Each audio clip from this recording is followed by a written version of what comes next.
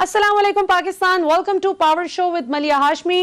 नाजरीन, आज न सिर्फ पाकिस्तान की अंदरूनी सियासत पर बात करेंगे बल्कि इंटरनेशनल सतह पर क्या पॉलिटिकल डेवलपमेंट हो रही है, इंटरनेशनल पॉलिटिक्स किस तरफ मुड़ रही है और हमारे नेबरिंग कंट्री अफगानिस्तान में आगे क्या होने जा रहा है, इस पर बात करेंगे। भारत की एक चाल नाकाम हुई जो बहुत सालों से वो इस उम्मीद पे कर रहा था, प्लान कर रहा था कि हम अफगानिस्तान में बैठकर पाकिस्तान पर नजर रखेंगे और जब जहां जहां पाकिस्तान को नुकसान पहुंचा सकेंगे वहां हम जरूर पहुंचाएंगे। और माजी में हमने देखा कि भारत का कॉन्सुलेट हमें खास तौर पे जलालाबाद वाला अगर देखा जाए तो मुलविस भी पाया गया, पाकिस्तान में शरपसंद अनासिर के साथ कनेक्टेड पाया गया। इस वक्त सूरत हाल ये है कि न सिर्फ वो $3 अरब की इन्वेस्टमेंट भारत की जो कि अफगानिस्तान में इस उम्मीद पर की गई थी कि पाकिस्तान में बदअमनी फैलाएंगे, अफगानिस्तान के साथ दोस्ती करते हैं, दुश्मन का दुश्मन दोस्त होता है, बल्कि इस वक्त एज वी स्पीक चूंकि अमेरिका और अब नेटो की फोर्सेस, अमेरिकी फौज अब निकल रही है अफगानिस्तान से, तो भारत को अब यह खदशा लाहक है कि अब हम अकेले रह गए। इसलिए वो एक तरफ तो अफगान तालिबान से पहली मर्तबा मुज़ाकरात कर रहे हैं, उनसे भी दोस्ती करने की कोशिश कर रहे हैं कि इन केस तालिबान की हुकूमत आ जाए तो भी हमारा होल्ड रहे, जबकि दूसरी जानिब अफगान फौज को और अफगान हुकूमत को असलहा प्रोवाइड करते हुए पकड़ा गया है भारत। जो अभी हमने कल देखा 10 जुलाई 2021 को जो एक C-17 जहाज आया इंडियन एयरफोर्स का, जो कि आया तो इसलिए था कि इंडियन फौजियों को लेकर जाए, लेकिन उसमें जो और ख़ास तौर पे जो उनके सफारत खाने में भी जो एम्प्लॉइज़ थे, क्योंकि अफ़गानिस्तान में भारत के 4 कॉन्सुलेट्स भी थे। ये बड़ी इंटरेस्टिंग बात है नोट करने की कि एक तरफ तो सफारत खाना था, दूसरी तरफ 4 कॉन्सुलेट्स यानी 4 कौंसल खाने भी उन्होंने खोल रखे थे। अब उनको भी बंद करके भारत को भागना पड़ रहा है। वो जो उनके सिफारतकारी के भी जो लोग थे, उनके सफ़ीर थे, उनको लेने के लिए जो जहाज आया, हमने देखा कि उसमें बाकायदा असलहा प्रोवाइड किया गया अफगान फौज को, जो कि एक बड़ी अलार्मिंग सिचुएशन है और ये बताती है कि अफगानिस्तान में अनरेस्ट क्रिएट करने में कौन अमेरिका के साथ साथ पेश रहा। इस हवाले से आज के प्रोग्राम में बात करेंगे। हमारे साथ मौजूद होंगे आज प्रोग्राम में अतहर काज़मी साहब, पाकिस्तान के मायनाज़ सहाफ़ी, सीनियर एनालिस्ट, और उनके साथ हमें ज्वाइन करेंगे ब्रिगेडियर रिटायर्ड हारिस नवाज साहब। अतहर काज़मी साहब, आपसे गुफ्तगू का सिलसिला शुरू करते हैं। आप ये इस सारी डेवलपमेंट को किस तरह से देख रहे हैं? भारत की इस चाल पे आप क्या कहेंगे जो भारत अभी रिसेंटली कल भी एक्सपोज हुआ और अभी बड़ा इनसिक्योर लग रहा है हमें, और आगे अफगानिस्तान की आप क्या सिचुएशन देख रहे हैं जो डेवलपिंग सूरत हाल है? देखिए, जहां तक भारत का ताल्लुक है, भारत का मसला ये रहा है कि अक्सर पाकिस्तान के ऊपर ये तनकीद होती है कि पाकिस्तान की फॉरेन पॉलिसी पाकिस्तान ने सही तरीके से नहीं बनाई या वो किसी को फॉलो कर रहा है। अगर आप यहाँ पे देखें तो आपको क्लासिक केस नजर आएगा कि भारत ने अपनी कोई पॉलिसी नहीं बनाई, वो अमेरिका के पीछे लग के वो कुछ करता रहा जो अमेरिका उसको कहता रहा। दूसरी तरफ अगर आप देखें ईरान के माजी में तालिबान के साथ ताल्लुकात बहुत ज्यादा कशीदा थे। 1998 में एक दफा तो तकरीबन उनकी जंग हो गई, लेकिन जब उन्होंने खित्ते की सूरत हाल देखी तो ईरान काफी अरसे से, काफी बरसों से तालिबान को एंगेज कर रहा है। तो भारत मसलसल पाकिस्तान के ऊपर तनकीद करता रहा, पाकिस्तान को कहता रहा कि ये टेररिस्ट हैं, ये तालिबान से बात करने की बात करते हैं। मसला ये है कि जो बात पाकिस्तान 20 साल से बता रहा था भारत को और अमेरिका को, अब समझ आई है। तो अब वो कभी जाता है चीन के पास, कभी वो जाता है रूस के पास, कभी वो जाता है ईरान के पास कि हमारी तालिबान से आप कोई बातचीत करवा दें। लेकिन ऐसा नहीं हो सकता। कतर में जयशंकर साहब ने, भारत के जो वजीर खारजा हैं, 1 हफ्ते के दौरान 2 चक्कर लगाए। उनको तालिबान ने पहले इनकार किया, तालिबान ने कहा हमने नहीं मिलना है, फिर कतर वालों ने कहा कि प्लीज इनसे मिल लीजिए। तो अब वो इतनी ज्यादा जो कोशिशें कर रहे हैं, ये लास्ट उसकी डेस्परेट अटेम्प्ट्स हैं, और यही वो हमें नजर आ रहा है कि भारत की जो पॉलिसी थी और अमेरिका की जो पॉलिसी थी वो जिस बुरी तरीके से नाकाम हुई है अफगानिस्तान के अंदर, अब एक तरह से भारत की जो वहां पॉलिसी थी वो उसका मजाक बन गया है कि आपने इतनी इन्वेस्टमेंट भी की, सब कुछ किया जिसका आपने भी जिक्र किया, लेकिन अब हालत ये है कि रातों रात जिस तरह अमेरिकन भागे उसी तरह कंधार के कॉन्सुलेट से आपके लोग भी निकाले गए, जिस तरह बगराम एयरबेस अमेरिका की वॉर का एपी सेंटर था, कंधार का कॉन्सुलेट, सी पैक और पाकिस्तान के खिलाफ बिल्कुल। जितनी कार्रवाइयां होती थी वो उसका एपी सेंटर था। तो दोनों चीजें खाली हुई हैं। भारत को भी वहां पे अजीमत का सामना है, अमेरिका को भी अजीमत का सामना है। बिल्कुल ठीक। अच्छा, और आप इसमें इसको किस तरह से देखते हैं जो इन्होंने अफगान तालिबान के साथ अभी अपने राब्ते तेज करने की कोशिश कर रहे हैं, क्योंकि अफगान तालिबान के जो तर्जुमान हैं उन्होंने ऑफिशियली तो इस बात को डिनाई कर दी। उन्होंने कहा जी हमारी भारत से कोई ऑफिशियल मुलाकात नहीं हुई, लेकिन बड़े बावसूख जराए बताते हैं कि मुलाकात हुई है और बड़ी डिटेल्ड मुलाकात हुई है, जिसमें अब भारत भी उनको कुछ रीअश्योरेंस दे रहा है कि अगर आप हुकूमत में आ जाते हैं तो ये होगा। और जो अशरफ गनी साहब हैं उनकी भी अगर आप बॉडी लैंग्वेज देखें या ड्यूरेंट लाइन के हवाले से जो उन्होंने बात की कि अगर आप हुकूमत में आए तो आप फिर ऐसे करेंगे, तो आपको लगता है कि तालिबान का आगे जाके कोई प्रोस्पेक्ट बन रहा है हुकूमत बनाने का अफगानिस्तान में? और दूसरा ये कि भारत के साथ अब उनकी आगे आप क्या इक्वेशन देख रहे हैं? देखिए, जहां तक ये ताल्लुक है कि तालिबान का, पाकिस्तान के वज़ीर-ए-आज़म, पाकिस्तान की सिक्योरिटी एस्टेब्लिशमेंट बार बार ये कहती रही है कि अफगानिस्तान के अंदर मसले का हल सियासी निकलना है। जब तक तमाम स्टेक होल्डर्स हैं, अभी 20 साल में अमेरिका हल क्यों नहीं निकाल सका? इसलिए नहीं निकाल सका कि तमाम फ्रीकैन को टेबल पे नहीं लाया गया, आबादी के एक बड़े हिस्से को बिल्कुल उस तमाम प्रोसेस से अलहदा कर दिया गया। ऑल दो के 20 साल से वहां पे जो हुकूमत है वो पाकिस्तान मुखालिफ है, वो पाकिस्तान के हवाले से उनके नजरियात इंतहाई, जिसे आप कह सकते हैं, काबिल इतराज हैं। वो जिस किस्म की जुबान पाकिस्तान के खिलाफ इस्तेमाल करते हैं, विकी लीक्स के अंदर भी ये चीज आई कि प्रेसिडेंट मुशर्रफ कितने नाराज हुए अमेरिकन के साथ, इसलिए कि उस जमाने में जितनी दहशतगर्दी पाकिस्तान में हो रही थी उन तमाम के बेसिस जो हैं वो अफगानिस्तान के अंदर थे। इन तमाम चीजों के बावजूद पाकिस्तान ने हमेशा वहां पे डेमोक्रेटिक जितना भी प्रोसेस था उसको सपोर्ट किया। जब अशरफ गनी साहब और अब्दुल्ला दोनों खड़े हो गए, दोनों ने कहा जी मैं भी सदर हूं, दूसरे ने कहा मैं भी सदर हूं। अगर पाकिस्तान चाहता तो वहां पे हालात खराब कर सकता था। पाकिस्तान ने फिर अशरफ गनी का साथ दिया। लेकिन इशू यहां पे ये है कि चाहे भारत की स्टैब्लिशमेंट हो जाए, चाहे अफगानिस्तान की स्टैब्लिशमेंट हो जाए, इनमें मैच्योरिटी की कमी है। इनके अंदर ना इतनी सियासी सोच समझ है कि ये कोई ऐसा फैसला कर सकें जिससे मसले का हल निकलेगा। और मुझे नहीं लगता कि आने वाले दिनों में जो अफगानिस्तान में इस वक्त क़यादत है उसके अंदर इतनी सलाहियत है, चाहे वो भारत उसको साथ, जो आपको पता है उसका एक तरह से वो इत्तेहादी है, उसको मशवरे भी देते हैं। इन दोनों एस्टेब्लिशमेंट्स में इतना ना दिल है, ना जिगरा है, ना इतनी सियासी बसीरत है कि ये इस मसले का हल निकाल सकेंगे।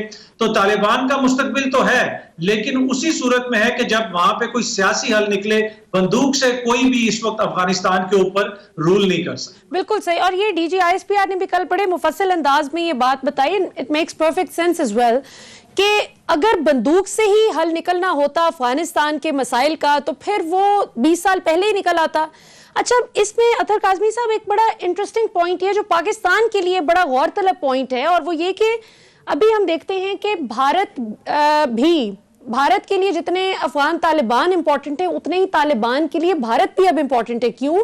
क्योंकि वो पूरी तरह से पाकिस्तान पर डिपेंडेंट नहीं होना चाहेंगे, वो पाकिस्तान पर सॉर्ट ऑफ कोई ना कोई प्रेशर जरूर रखना चाहेंगे।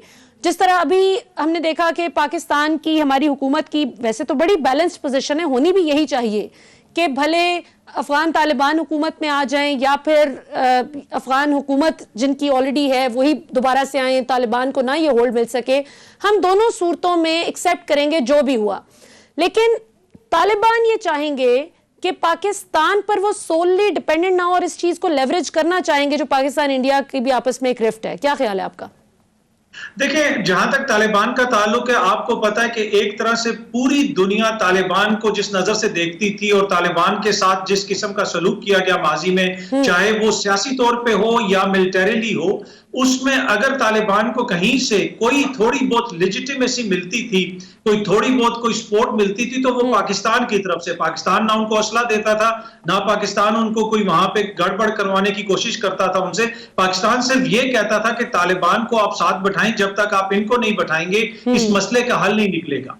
अब तालिबान को जब भारत ने पैगामात भेजे हैं तो तालिबान की जानिब से भारत के ऊपर जो रिजर्वेशन शो की गई हैं उसमें मोदी हुकूमत के अपने मुल्क के अंदर जो मुसलमानों के साथ रवैया है, तो एक ऐसी फोर्स जो ये कहती है कि हम इस्लाम की बात करते हैं या मुसलमानों की बात करते हैं, उनके लिए मोदी जैसी हुकूमत के साथ ये नजर आना कि वो उसके इत्तेहादी हैं, तो मेरे ख्याल में उनके लिए वो सियासी तौर पे भी एक तरह से बहुत ज्यादा नुकसानदेह होगा।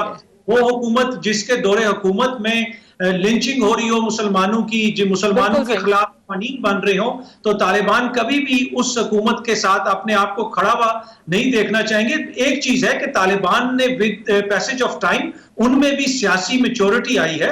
जिस तरीके से उन्होंने अपने ताल्लुकात ईरान के साथ इस्तवार किए हैं, जिस तरीके से उन्होंने चाइना के साथ अपने ताल्लुकात इस्तवार किए हैं, तो वो अपने आप को एक तरह से मुतबादल के तौर पे पेश कर रहे हैं, सियासी मुतबादल। तो वो भारत के साथ ताल्लुकात तो रखेंगे, लेकिन अगर मोदी की ये ख्वाहिश है कि तालिबान उसी तरह जिस तरह अशरफ गनी साहब उनके दोस्त थे, तो वो ख्वाहिश कभी पूरी नहीं होगी। अशरफ गनी को वो ले जाएं आप इंडिया, तो वही वो हो सकता है। तालिबान उनके साथ जो है ना, वो मेरा नहीं इस तरह कोई था। बिल्कुल ठीक। मैं इस पॉइंट को इसी चीज से लिंक करना चाह रही थी। आपने अभी रिसेंटली देखा कि पाकिस्तान में लाहौर में जॉर्ज टाउन के इलाके में एक खास पॉलिटिकल फिगर के घर को टारगेट करने के लिए हमने देखा कि एक धमाका किया जाता है और उसमें फिर भारत की बाकायदा इन्वॉल्वमेंट सामने आती है। और सिर्फ भारत की इन्वॉल्वमेंट नहीं, बल्कि उसमें जो ईद गुल साहब थे वो भी एक बड़ा इंटरेस्टिंग कैरेक्टर सामने आए। सो इससे ये भी पता चलता है कि अगरचे पाकिस्तान में बहुत से अफगान रेफ्यूजीज हैं जो कि पीसफुली रहना चाहते हैं, पाकिस्तान में रह भी रहे हैं बहुत सालों से, लेकिन एक मछली सारे तालाब को गंदा करती है। कुछ ऐसे अफगान महाजरीन भी तो हैं ना कि जो अब तमाम रेफ्यूजीज का नाम बदनाम करने के दर पे हैं।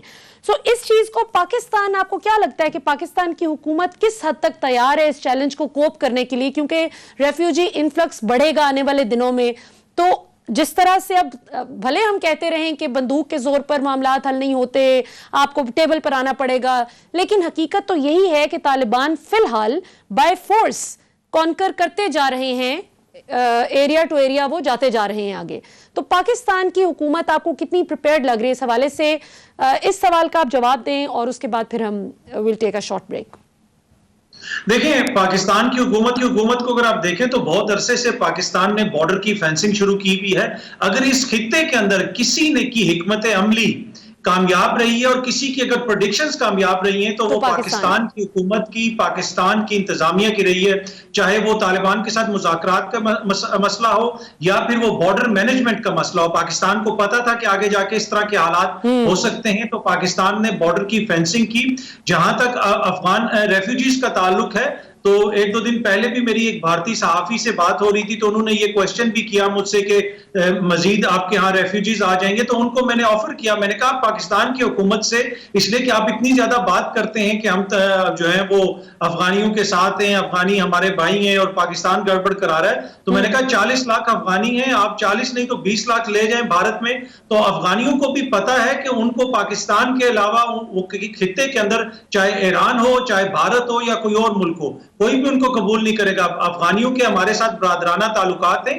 और इस सारे जो एपिसोड है मलिया, इसके अंदर अगर किसी ने सबसे ज्यादा सफर किया है तो वो हमारे अफगानी भाई हैं। और अफगानियों की मेजॉरिटी जो है वो गैरतमंद लोग हैं, वो अच्छे लोग हैं, पीसफुल लोग हैं। लेकिन वहां पे इस वक्त जो जिन लोगों की हुकूमत है, जिन नस्ल परस्त अनासिर की हुकूमत है, उनकी वजह से थोड़े से मसाइल पैदा होते हैं। और भारत के साथ उन्होंने जो प्यार की पींगें डाली, आज उसका नतीजा आपके सामने है कि अशरफ गनी साहब जो है वो अपने सदारती महल से बाहर नहीं निकल सकते। यही बात अगर वो अपने लोगों की सुनते, अपने लोगों को साथ मिलाते, तो आज उनकी हुकूमत की ये हालत ना होती। एब्सोल्युटली। और आई बिलीव कि अफगान तालिबान की जो बहुत सी स्पेस भी निकली, मार्जिन भी अफगानिस्तान में नाजरीन, तो उसकी बुनियादी वजह यही है कि अशरफ गनी साहब ने अपनी अफगान अवाम को एतमाद में लेने की बजाय भारत के साथ मोहब्बत की पींगें बढ़ाई। जो कुछ हमने देखा कि माजी में एंटी पाकिस्तान रेटरिक और नैरेटिव लेकर अशरफ गनी साहब और उनकी हुकूमत चलते रहे, अफगान अवाम उसके बरक्स सोचती थी। तो अगर वो उनको लूप में ले लेते बर वक्त, तो आज ये हालात देखने को ना होते। इसके साथ ही वक्त हो एक शॉर्ट कमर्शियल ब्रेक का। ब्रेक के बाद वापस आएंगे तो एक और इंटरेस्टिंग इशू पर बात करेंगे आफ्टर द ब्रेक।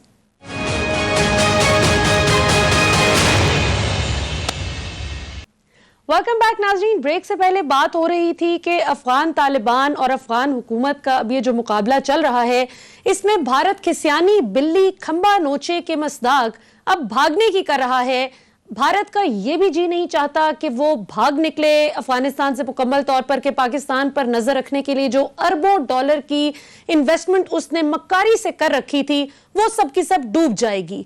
लेकिन अब अपनी जान बचाने को मरता क्या ना करता, अब उसको भागना पड़ रहा है। अपने कॉन्सुलेट्स तो उसको बंद करने ही पड़े हैं भारत को।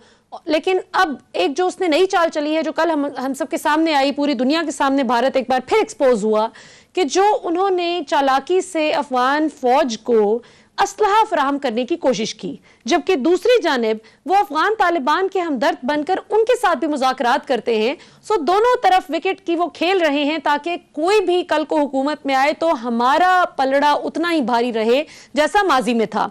हमें ज्वाइन कर चुके हैं ब्रिगेडियर रिटायर्ड हारिस नवाज साहब। ब्रिगेडियर साहब, हमें ज्वाइन करने के लिए बहुत बहुत शुक्रिया। Thank you. आपको अतर काज़मी साहब से मैं ब्रेक से पहले यही बात डिस्कस कर रही थी, तो आपका भी ओपिनियन लेना चाहूंगी इस हवाले से कि आप अब भारत की इस चाल को नाकाम होते हुए कैसे देख रहे हैं जो उनकी अफगान पॉलिसी नाकाम हो गई। और दूसरा ये कि बड़ी इंटरेस्टिंग बात है कि अफगान तालिबान को अब अपने जो वर्ल्ड वाइड उनका एक इम्प्रेशन है, इमेज है, उसकी बड़ी परवाह होने लगी है। सो अब वो जो कैलकुलेटेड मूव ले सकते हैं आगे चलकर, वो क्या हो सकती है? इस वक्त मलिया बात यह है कि एक तो इंडिया बुरी तरह इसको ये अभी इसकी सियासत पिट रही है, इसलिए कि वो उसने पूरी कोशिश की पहले अफगान तालिबान से मुलाकात करे, आपके सामने वो दोहा में उसने कोशिश की, फिर उसके बाद ईरान में कोशिश की, और अफगान तालिबान ने साफ इनकार कर दिया बिकॉज दे नो कि इंडिया अफगान गवर्नमेंट के साथ मिलके अफगान तालिबान के खिलाफ पूरी कार्रवाई करता रहे, उनकी मदद करता रहे, उनको ट्रेनिंग देता रहे और साथ में उनके खिलाफ कार्रवाई होती रही। तो ये बात तो यहाँ खत्म होगी। अब अगर आपके सामने प्रेफरेंस ये हो कि अगर अफगान तालिबान को इंडिया जैसे खत कोशिश कर रहे हैं, क्या वो अमेरिका इंडिया की तरफ जाएंगे या वो पाकिस्तान, चाइना, रशिया, ईरान की तरफ देखेंगे जो कि यहाँ के स्टेक होल्डर्स हैं, और वो इस वक्त पूरा प्रेशर अफगान तालिबान पर डाल रहे हैं कि आप जबरदस्ती कब्जा नहीं करो। इसीलिए वो पुराने वाले तालिबान नहीं है, उन्होंने काबुल से 2 घंटे के फासले पे आके बैठ गए हैं। And now they are giving a peace plan to Afghan government कि जी ये हमारा पीस प्लान है। उन्होंने एक सबसे अहम बात ये की है कि उन्होंने अपने आप को स्ट्रॉन्ग किया है। जब भी आप निगोशिएट करते हैं तो आप पहले स्ट्रॉन्ग पोजीशन में आते हैं।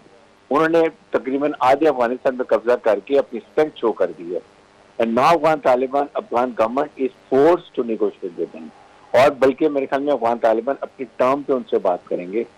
अफगान गवर्नमेंट के दिन गिने जा चुके हैं, भागने के लिए बैठे हुए हैं, और इसीलिए जो इंडियन ने ये जो अपने अभी असला भेजा है, ये दोगलीबाजी जो अफगान तालिबान को पता भी चल गई कि वो वहां पर लाके अफगान जो मलेशिया है उसको स्ट्रॉन्ग कर रही है, वॉरलॉर्ड्स को स्ट्रॉन्ग कर रहे हैं ताकि काबुल को स्ट्रॉन्ग तरीके से बचा सकें और वो नॉर्दर्न से मिल जाएं। ये उनकी चाल है, लेकिन ये अब उसका कोई फायदा नहीं है। They have been singled out. Afghan Taliban को सब करतूतों का पता चल चुका है, और इसलिए China, Russia, Pakistan, Iran, they are with Taliban, they are pursuing them to hold on, reach to some political dispute solution जो पर, ताकि आप इंटरिम गवर्नमेंट बन जाए, उसको हैंड ओवर करें, और फिर आपने ही आना है क्योंकि आपकी स्ट्रेंथ है। पश्तून 46 to 48% है, मेजॉरिटी उनके पास है।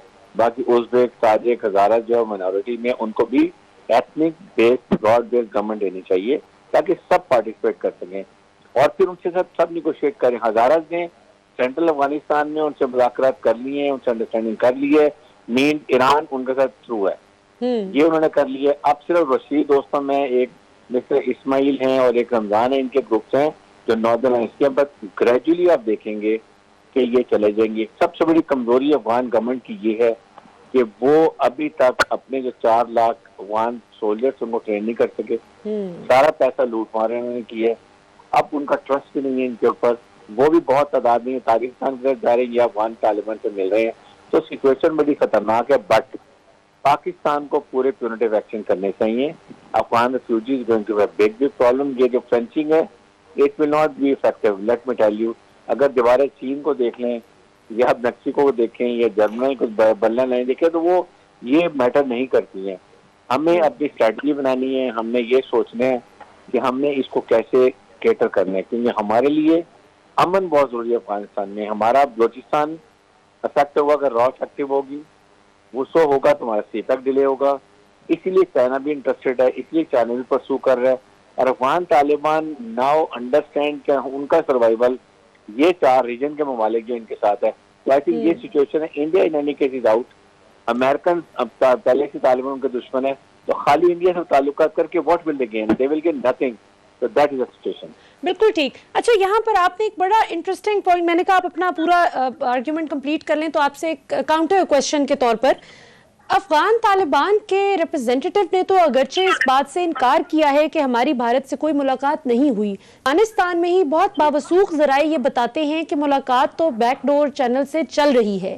सो इसमें से किस बात को ज्यादा क्रेडिबल समझा जाए?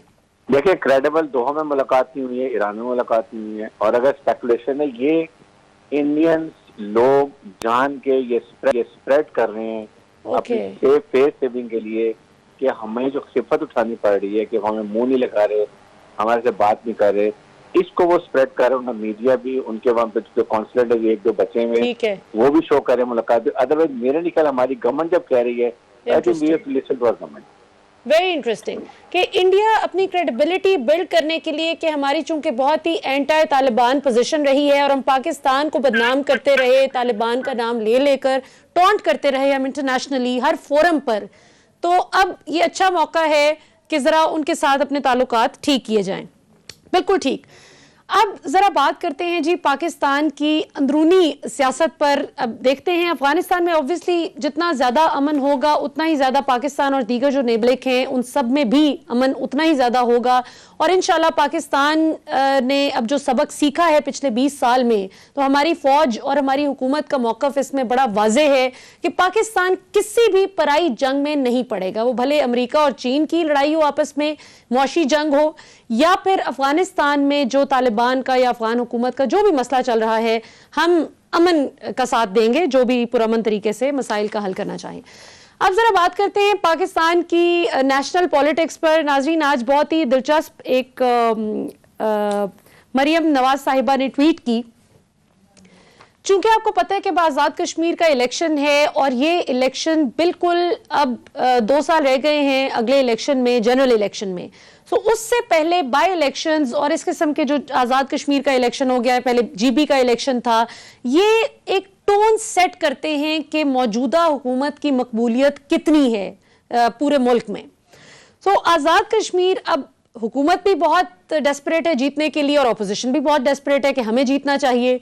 नून लीग की चूंकि अभी हुकूमत रही है आज़ाद कश्मीर में और हमने देखा कि बहुत से ऐसे मसाइल जिनकी निशानदेही नून लीग की क़यादत जाकर अब जलसों में कर रही है कि देखा आपको अभी तक ये मिला, पूछो हुक्मरानों से कि अब तक क्यों नहीं मिला। तो ये भूल जाते हैं कि भाई हुकूमत तो आपकी रही है, आपने अभी इन 5 सालों का जवाब देना है। लेकिन नहीं, मरियम साहिबा ने आज बड़ा जी एक दिलचस्प, पहले जरा हमारे पास वो शॉट है जी मरियम साहिबा का जिसमें वो बताती हैं कि मैं कश्मीर की बेटी हूं, मौजूद है हमारे पास? ठीक है, पहले वो जरा शॉट चलाएं जी जो मरियम साहिबा मुख्तलिफ इलाकों में जहां जहां जाती हैं, पाकिस्तान के मुख्तलिफ शहरों में, आज़ाद कश्मीर में गई तो वहां कहा कि मैं वहां की बेटी हूं, जिस जगह जाती है कहती है मैं आप इस शहर की बेटी हूं। जरा लेट्स वॉच, उसके बाद बात करते हैं जी। तो ये तो बहुत ही खूबसूरत बात है कि आप पाकिस्तान के हर सूबे के साथ इतना ज्यादा रिलेट कर सकें कि आप कहें कि मैं इस जगह की बेटी हूं, मैं इस सूबे की बेटी हूं, मैं इस शहर की बेटी हूं। ये तो बहुत ही जबरदस्त बात है। लेकिन काश ये स्टेटमेंट सिर्फ इलेक्शन की कैंपेन के लिए जुबानी कलामी अल्फाज तक ही सिर्फ मुहित ना हो, काश ये अमली तौर पे आप करके दिखाएं। आपके वालिद साहब की बार बार हुकूमत रही, आपके चाचा जान पंजाब में 10 साल बिला शिरकत गैर हुकूमत में रहे, उस वक्त प्रैक्टिकली भी आपको साबित करना चाहिए कि आप वाकई पंजाब की बेटी हैं और आप वो उस वक्त की जो अवाम के मसाइल हैं उनके साथ खड़े हों जब आपकी हुकूमत आ जाती है। अब जरा देखते हैं जी, आज एक नेक्स्ट लेवल पे चीज चली गई। इससे भी ज्यादा मरियम साहिबा ने आज ट्वीट की, कश्मीर से रिश्ता बहुत पुराना है। बड़ी ये खूबसूरत इनकी तस्वीर है, बहुत माशाल्लाह अच्छी लग रही हैं। लाल रंग का जोड़ा इन्होंने ज़ेबतन कर रखा है और कश्मीर का पस मंज़र है। लेकिन साथ साथ जो उन्होंने नवाज शरीफ साहब की तस्वीर जोड़कर लगाई है, या आप अपनी टीवी स्क्रीन पर देख सकते हैं, उन्होंने पता नहीं, जाहिर है वो खुद तो नहीं किया होगा, शायद उनकी सोशल मीडिया टीम का निकम्मापन है कि उन्होंने उनको फोटोशॉप तस्वीर दे दी और नवाज शरीफ साहब ये लंदन में खड़े हैं, जो ओरिजिनल तस्वीर है वो लंदन की है मियां साहब की, उनको उन्होंने जबरदस्ती इसमें फिट कर दिया। सो इस पर आज हुकूमत की तरफ से भी बड़ा दिलचस्प आया रद्द अमल, सोशल मीडिया सार्फिन का भी बहुत सा रद्द अमल इसमें सामने आया। ये बात डिस्कस करने का मकसद ये है कि ये होता है आपका जज्बा जिस वक्त आप इलेक्शन कैंपेन कर रहे होते हैं, लेकिन जब आप इलेक्शन जीत जाते हैं उस वक्त वो सारे रिश्ते, बेटी होना और उस जगह से ताल्लुक होना सब भूल जाता है।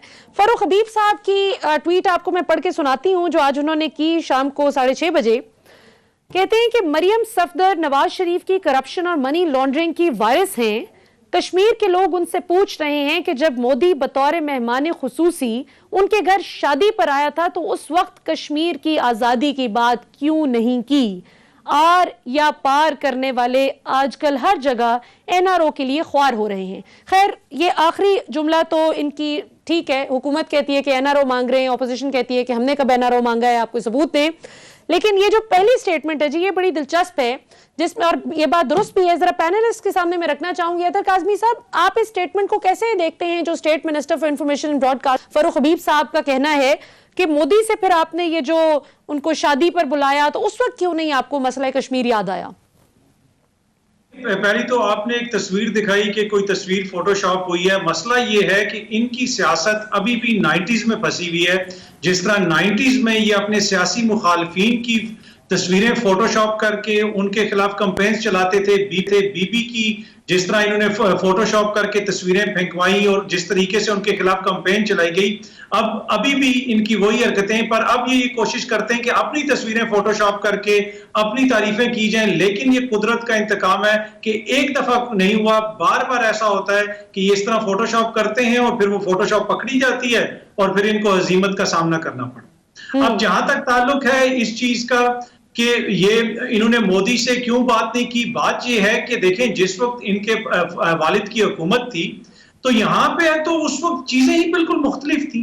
यहाँ पे तो इस तरह लगता था कि जो पाकिस्तान की सिक्योरिटी इस्टेब्लिशमेंट है, जो पाकिस्तान की सरहदों का तहफ़्फ़ुज़ करते हैं, जो लाइन ऑफ कंट्रोल पे जो लोग खड़े हैं, जो पाकिस्तान के दूसरे बॉर्डर पे खड़े हैं, वो लगता ये था कि मोदी इनका मुखालिफ नहीं है, असल इनके सियासी मुखालिफिन वो हैं। ये जब भी बात करते थे ये उनके खिलाफ बात करते थे, चाहे डॉन लीग का मामला हो या कोई और मसला हो, तो ये तासुर ही ये देते थे उन लोगों को कि हम तो आपसे दोस्ती चाहते हैं, हमारे तो आपसे ताल्लुकात बेहतर होने चाहिए, लेकिन मसला ये लोग हैं। अब ये बयानिया था उनका उस वक्त और इसी वजह से मोदी उनके घर भी आए, बिन बुलाए आए, बगैर वीजे के आए, वहां पे किस किस्म के गिफ्ट लेके आए। अब किसी भी सरबराह ममलिकत का उनके घर आना या उससे ताल्लुकात होना इसमें कोई कबात नहीं है, लेकिन चीजें ये होती हैं कि आपको नेशनल इंटरेस्ट को सामने रखना पड़ता है, आपको अपने मुल्क का मफाद सामने रखना पड़ता है, इसलिए कि उस वक्त आपको एज ए कारोबारी शख्सियत नहीं मिल रही, आप एक मुल्क के वज़ीर आज़म हैं और आप पूरे मुल्क को रिप्रेजेंट करते हैं और उन कश्मीरियों को भी आप रिप्रेजेंट करते हैं जो भारत की 8 लाख फौज के बावजूद वहां पे खड़े होकर कहते हैं कि हम पाकिस्तानी हैं, पाकिस्तान हमारा है, और आप उनका नाम नहीं लेते। आप जो है वो लोग जो उनके हक में बात करते हैं, आप उनके खिलाफ जो है बयानियां लेते हैं। तो ये बहुत सारी चीजें ऐसी हैं जो प्रॉब्लमैटिक हैं और यही वजह है कि जब मरियम बीबी गई हैं कश्मीर में तो शहबाज शरीफ को इस चीज का इदराक था कि मरियम बीबी का जो एंटी फौज, एंटी रियासत टाइप का बयानिया है, पाकिस्तान ना खप्पे का जो लोग इनके कैंप के अंदर नारे लगाते हैं, उनको कश्मीर से कोई ज्यादा पजराई नहीं मिलनी, इसलिए कि कश्मीरी तो वो है कि जब अभिनंदन गिरा था तो पाकिस्तान की फौज से पहले कश्मीरी वहां पहुंच गए थे, उन्होंने उसको पकड़ा था। तो उन लोगों को जाके अगर आप ये कहेंगे कि अपनी फौज के खिलाफ बात करेंगे, अपने इदारों के खिलाफ बात करेंगे, तो वो तो वहां पे एक नेचुरल रिएक्शन आएगा। इसी वजह से शहबाज शरीफ साहब खुद भी वहां पे जा रहे हैं। तो लेकिन ये अनफॉर्चुनेट है, पर होता रहा, माजी में भी होता रहा। अगर इनकी कभी दोबारा ये बरसरे इक़्तिदार आए तो आप देखेंगे कि दोबारा भी जो है आपको मोदी के हवाले से और भारत के हवाले से उस तरह इनका रवैया नहीं नजर आएगा जिस तरह अभी मौजूदा हुकूमत। बिल्कुल ठीक है नाज़रीन, अब वक्त तो एक शॉर्ट कमर्शियल ब्रेक का। ब्रेक के बाद तो ब्रिगेडियर हारिस नवाज साहब से पूछेंगे कि क्या शहबाज शरीफ साहब कश्मीर डैमेज कंट्रोल के लिए तो नहीं जा रहे, कि नहीं हम अपने इदारों के साथ खड़े हैं। After the break.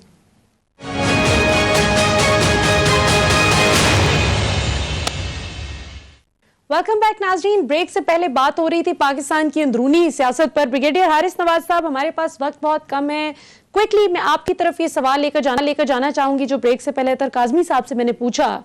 आपको अब सियासत किस तरफ जाती हुई नजर आ रही है? आजाद कश्मीर का इलेक्शन कौन जीत रहा है आपकी नजर में? देखिए मलिया, बात यह है कि जनरली कश्मीर, आजाद कश्मीर में और गिलगित बल्तिस्तान में वो पार्टी जीती है जो हुकूमत वक्त में होती है।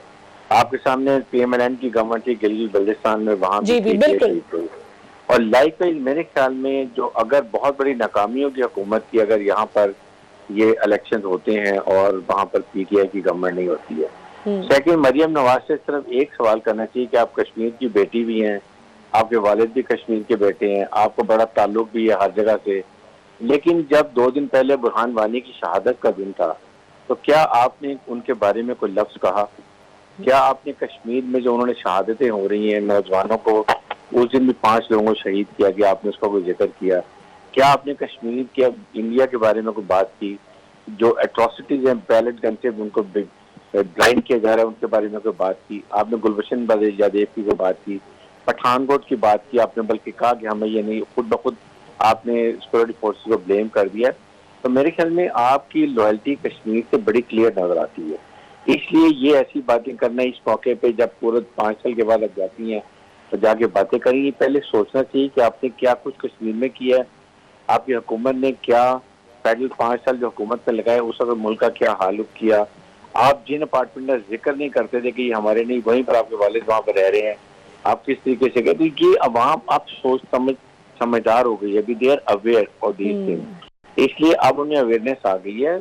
आप ये बातें नहीं करें, कोई एक्शन करके दिखाएं। The best thing is wait for 5 years, let the PTI do it. अगर ये नहीं अच्छा काम करके अवाम को मैंडेट नहीं देंगे and try to come, but almost you become a national party. Peoples Party, PMLN दोनों ये रीजनल पार्टी बन गई है और ये बड़ी खतरनाक सिचुएशन है।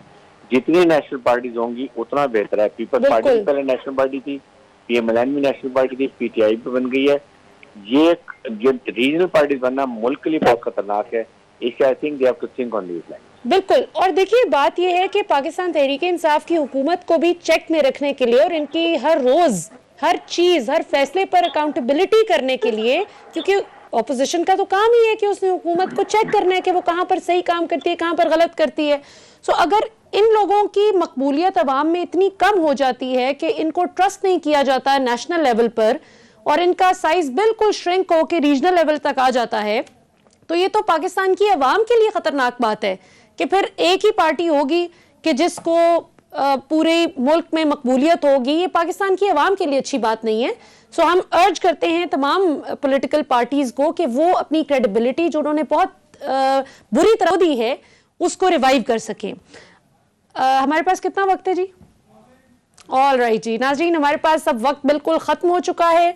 सो इंशाल्लाह आपसे अगले हफ्ते फिर मुलाकात होगी। उम्मीद है कि आज की डिस्कशन से आपने कोई ना कोई कुछ ना कुछ टेक होम आपको मिला होगा।